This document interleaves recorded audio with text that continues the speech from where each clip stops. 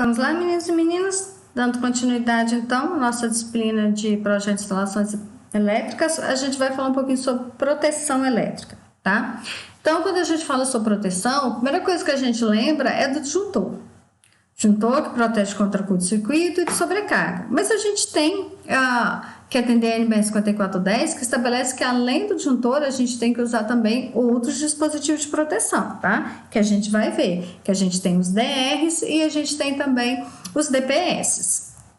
Então, os disjuntores são facilmente encontrados por todas as instalações elétricas, ou pelo menos deveria, estar em todas as instalações elétricas, sejam elas residenciais, prediais e industriais. Então, a gente vai ver que existem vários tipos de disjuntores, qual que é a aplicação deles e algumas características com relação a esses disjuntores.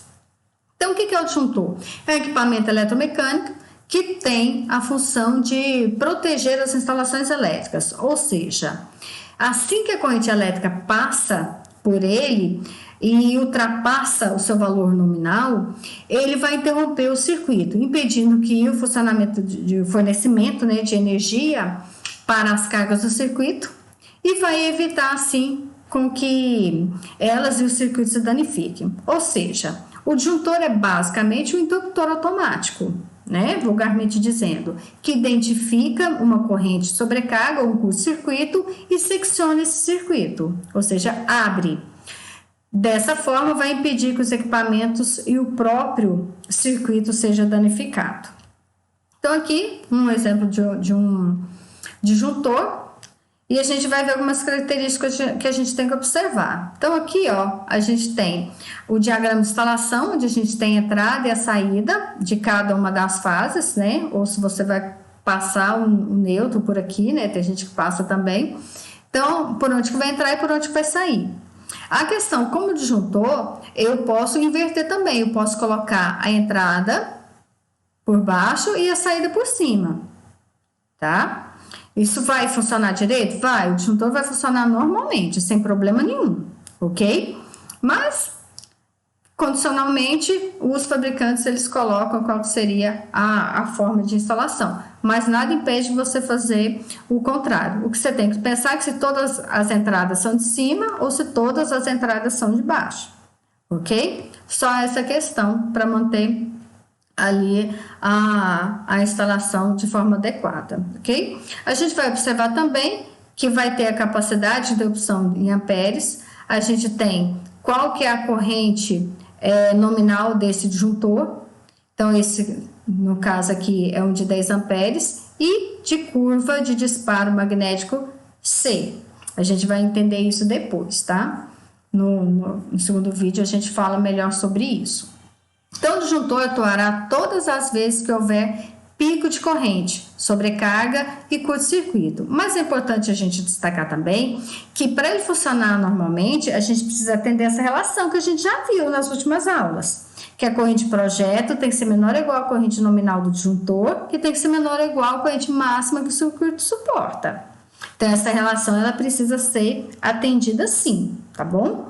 Então, para proteção, a gente vai ter o disjuntor térmico, o disjuntor magnético, o termomagnético, que é a junção do disjuntor térmico e magnético, a gente vai ter os DRs e os DPS. Então, vou falar primeiro aqui sobre o disjuntor térmico. Ele funciona pelo princípio de deformação de uma lâmina bimetálica. Então, tem dois metais diferentes, e vai ser mais ou menos assim. Você tem os dois metais aqui, a corrente vai passando, beleza, acendeu a luzinha ali, só que se você tiver uma sobrecarga, essa corrente aqui, ela vai aumentar. Quando ela aumentar, você vai ter uma deformação diferente dos metais. Então, isso vai fazer com que ocorra essa deformação e o circuito abra. Quando abrir aqui, o disjuntor vai desarmar. Simples assim. O magnético, o disjuntor magnético, ele funciona baseado no eletromagnetismo. Então, vai ocorrer uma variação de corrente, elétrica, que atravessa as espiras de uma bobina e assim vai gerar um campo magnético. Ou seja, toda vez que você tem corrente passando, você tem um campo magnético ali ao redor desse condutor.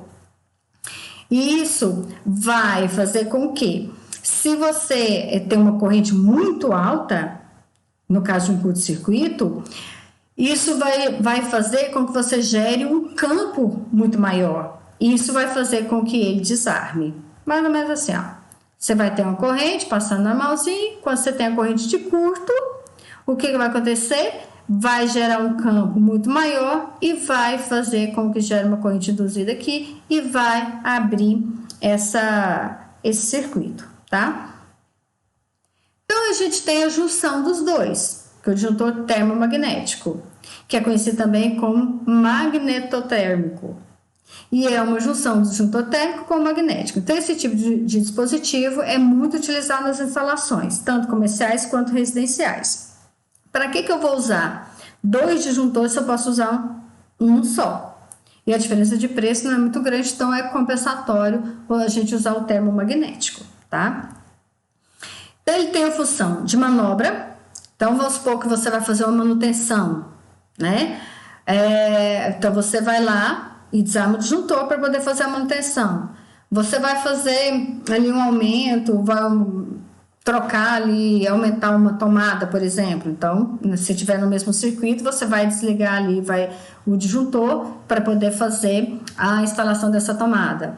E também a proteção de sobrecarga, que vai atuar o térmico, e a proteção contra curto-circuito, que vai atuar a parte magnética, ok? Então, onde que a gente vai usar? O termomagnético é utilizado para proteção de sistemas elétricos contra curto e contra sobreaquecimento, que são gerados pela sobrecarga. Então, vai usar em tudo: residência, comércio, indústria, tudo a gente precisa, tá? E como que esse disjuntor funciona? Eu peguei um vídeo da internet, ou melhor, parte desse vídeo, mas eu coloquei o link aqui para vocês, se quiserem assistir o vídeo inteiro. Ok? Então, eu gosto muito desse vídeo, que ele explica bem direitinho, calmamente, como que funciona ali o termomagnético, tá? Então, a gente sabe que existem diversos tipos e modelos de disjuntores, que, embora sejam distintos, eles têm o mesmo princípio de funcionamento e a mesma finalidade, que é a proteção dos circuitos contra a sobrecarga e contra o curto-circuito. Um detalhe é que a gente tem que lembrar que a gente tem os disjuntores monopolar, bipolar, tripolar, tetrapolar. Então, a gente vai sempre utilizar, se eu tenho 2 fases ali, eu não posso usar 2 monopolares, tá? Eu tenho que usar o bipolar. Então, alguns cuidados que a gente precisa tomar, e a gente vai reforçar esses cuidados à medida que a gente for tendo o curso.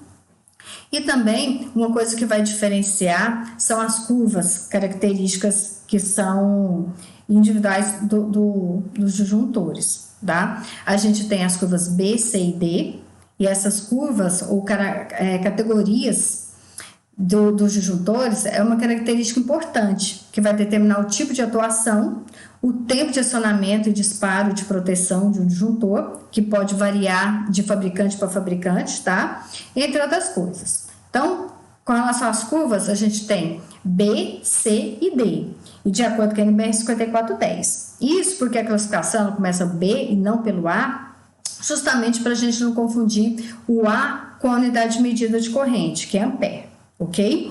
Então, no próximo vídeo, eu vou mostrar para vocês sobre a proteção com relação a essas curvas, tá joia? Então, não deixe de assistir o próximo vídeo, ok?